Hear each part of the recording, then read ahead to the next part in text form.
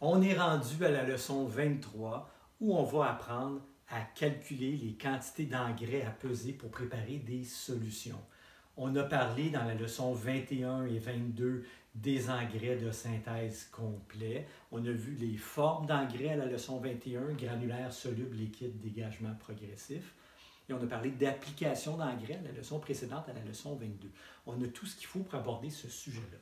Les ppm, dans le fond, on utilise ça pour des engrais solubles. Donc, on ne calcule pas des ppm pour des engrais granulaires ou à dégagement progressif. Les ppm, c'est fait quand on mélange de l'engrais soluble dans de l'eau et on veut savoir si la solution elle est très concentrée ou peu concentrée. Le terme ppm comme tel veut dire parties par million. Mais ce qui est important de savoir, c'est ça mesure quoi au juste des parties par million. Les parties par million, c'est une mesure de la concentration d'un engrais soluble. Donc, si je prends un litre d'eau et je mets une cuillère de 20-20-20 dedans, je vais avoir un certain nombre de ppm. Si j'ajoute une autre cuillère d'engrais dans le même litre d'eau, mon nombre de ppm va doubler. Si j'en ajoute une troisième, mon nombre de ppm va tripler. Donc, plus j'augmente la quantité d'engrais que je mets dans mon eau, plus ma solution devient concentrée et forte, plus le nombre de ppm augmente. Donc, je répète encore une fois, c'est important de le comprendre. Les ppm, c'est utilisé quand on travaille avec des engrais solubles, des engrais qu'on va mélanger dans de l'eau, et le nombre de ppm va nous donner la concentration de notre solution. Pour faire un parallèle, qui souvent est très clair pour plusieurs personnes, bien, si vous prenez du jus d'orange puis vous ajoutez du rhum dedans, à chaque portion de rhum que vous ajoutez, évidemment, votre drink va être plus fort, va être plus concentré en alcool. C'est comme si le nombre de ppm d'alcool augmentait dans votre verre. Donc, c'est un petit peu le même principe pour les engrais. Plus je vais ajouter d'engrais, plus mon nombre de ppm augmente. Et les ppm, c'est fait pour bien doser les engrais. Un peu comme un drink, on ne veut pas qu'il soit trop faible ni trop fort. Bien, notre engrais, quand on l'applique aux plantes, on ne veut pas qu'il soit trop faible. On ne veut pas fertiliser nos plantes avec de l'eau claire. On ne veut pas que ce soit trop fort non plus. Des engrais très salés qui vont débalancer la plante et créer des excès d'éléments nutritifs. On doit trouver un nombre de ppm qui est raisonnable pour apporter assez d'éléments nutritifs aux plantes sans les débalancer. Et ça, c'est une mesure qui va être pratique pour bien doser nos engrais. Donc, calcul des ppm, je l'ai dit tantôt, ppm signifie partie par million et c'est une unité pour évaluer la concentration des engrais. Et pour être plus précis, les ppm, on utilise ça surtout pour doser l'azote dans les engrais. Pourquoi on dose l'azote? Bien, l'azote, c'est un élément qui est difficile à doser, on en a déjà parlé. S'il manque un peu d'azote, les plantes risquent de développer des carences. S'il y en a un peu trop, ils risquent de développer des excès. Ce qu'on fait, c'est qu'on va doser l'azote exactement au bon niveau. Et si on utilise la bonne formule d'engrais, bien évidemment, les autres éléments nutritifs vont aussi être bien dosés. Donc, on se fie sur l'azote pour doser notre engrais. Et quand deux producteurs en serre se jasent et disent « Moi, je fertilise ces temps-ci à 400 ppm », puis l'autre dit « Moi, je fertilise à 500 ppm », c'est sous-entendu 400 ppm d'azote, 500 ppm d'azote. Quand on parle de solution d'engrais avec un certain nombre de ppm, quand on ne le précise pas, on parle de quel élément nutritif, c'est sous-entendu qu'on parle de l'azote. Donc, unité pour évaluer la concentration, le mot concentration est important, en azote des engrais. Évidemment, plus le nombre de ppm est élevé, plus la solution est concentrée, plus la solution est forte, plus qu'elle a de punch. Une solution à 400 ppm est 2 fois plus concentrée qu'une solution à 200 ppm. C'est donc une échelle qui est proportionnelle. Toutes les fois que je double mon nombre de ppm, j'ai doublé ma quantité d'éléments nutritifs dans ma solution.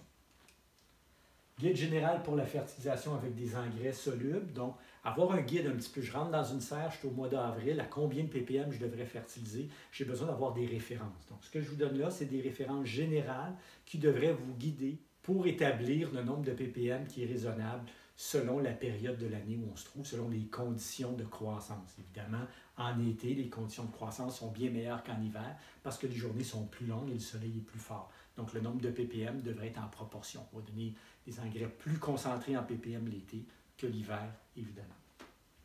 Alors, guide général, en serre, on devrait donner au printemps autour de 400 ppm par semaine. Ce que ça veut dire, j'ai différentes possibilités. Je pourrais ne fertiliser qu'une fois par semaine. Si je fertilise une fois par semaine, je vais appliquer un engrais à 400 ppm au début de ma semaine, puis le reste de la semaine, si ça sèche dans mes pots, j'appliquerai tout simplement de l'eau.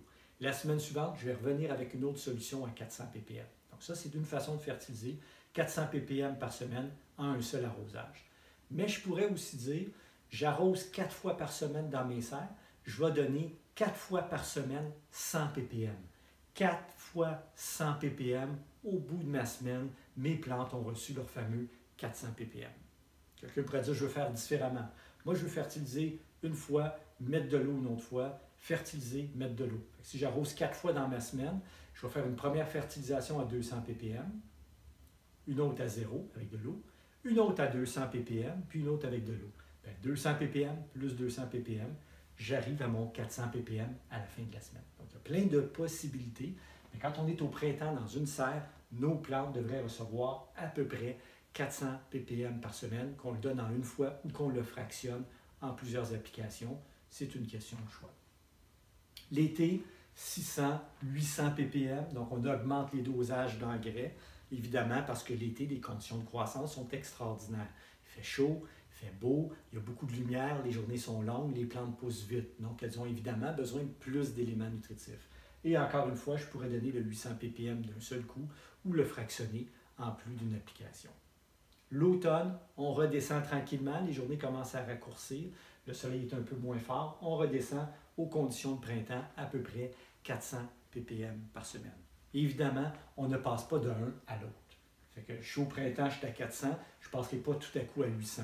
À mesure que le printemps va avancer puis que l'été va approcher, je vais monter à 500 ppm. À un moment donné, au bout d'une couple de semaines, je vais peut-être être rendu à 600. Un moment donné, peut-être à 700. Et quand je vais atteindre le 800, bien là, je vais me préparer tranquillement à redescendre. À mesure que l'automne va s'approcher, je vais passer de 800 à 700, de 700 à 600, et je m'en vais vers mon 400. Et je précise, l'automne, c'est à peu près la mi-septembre. Donc, autour de la mi-septembre, début octobre, je devrais être autour de 400 ppm semaine. En hiver, évidemment, je vais diminuer les dosages d'engrais parce que les journées sont courtes, parce que le soleil n'est pas très fort, parce que les conditions dans la serre, il fait peut-être un 20 degrés parce qu'on chauffe, mais il ne fait pas 25-27 degrés. Donc l'hiver, je peux baisser ça autour d'à peu près 150 ppm par semaine dans ma serre. À la limite, je pourrais même dire, je vais sauter une semaine sur deux, puis la semaine où je vais fertiliser, je vais donner 300 ppm, ce qui va me donner ma moyenne de 150 ppm par semaine.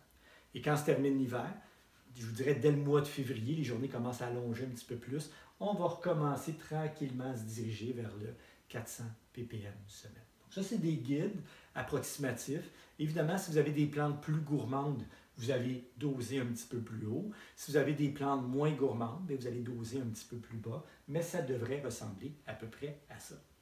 Maintenant, à la maison. Je veux fertiliser mes plantes à la maison, mais je ne veux pas suivre bêtement la recette qui est écrite sur le 20-20-20 parce que c'est une recette unique pour toute l'année. Moi, je veux vraiment bien doser mes engrais à la maison. Évidemment, dans la plupart des maisons, on n'a pas les mêmes conditions d'éclairage ni de température que dans une serre. Fait qu'on va doser nos engrais un petit peu plus bas.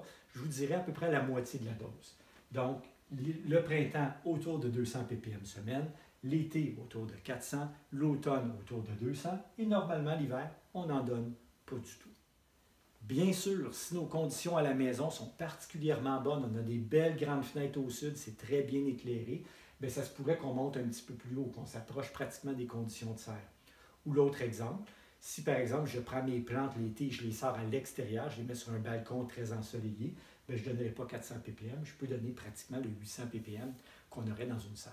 Donc, c'est encore une fois des approximations dépendant des conditions. Si vous avez un appartement plutôt sombre, il n'y a pas beaucoup de lumière, les plantes ne poussent pas très vite, bien, vous pouvez donner encore moins que ce qui est recommandé ici. Donc, encore une fois, c'est un guide qui nous donne une idée approximative du dosage raisonnable.